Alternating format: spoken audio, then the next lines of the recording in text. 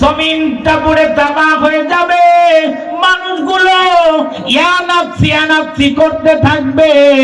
প্রত্যেকটা পয়গম্বররা পর্যন্ত ইয়ানাফসি করবে। ওই কিয়ামতের ময়দানের মধ্যে আজকে যে মাদ্রাসার মধ্যে আছেন, এই মাদ্রাসার ছাত্রদেরকে বলবে, ইকরা ইউকালু লিসাহিবিল কুরআন। আমার আল্লাহ ওই কিয়ামতের ময়দানে ডাক দিবে, রে এ সাহেবে কোরআনরা, আসো আসো, ইকরা অর্থাৎ ওয়ারাতিল কামা কুনতা তুরাতিলু ফিদ দুনিয়া। দুনিয়ার মধ্যে কেমন করে কোরআন তেলাওয়াত করলে। আর মাদ্রাসার মধ্যে যারা যায়, মাদ্রাসার ছাত্রদের তেলাওয়াত দেখলে অন্তরটা পর্যন্ত ঠান্ডা হয়ে যায়। একবার আওয়াজ দিয়ে বলেন কথা ঠিক কিনা?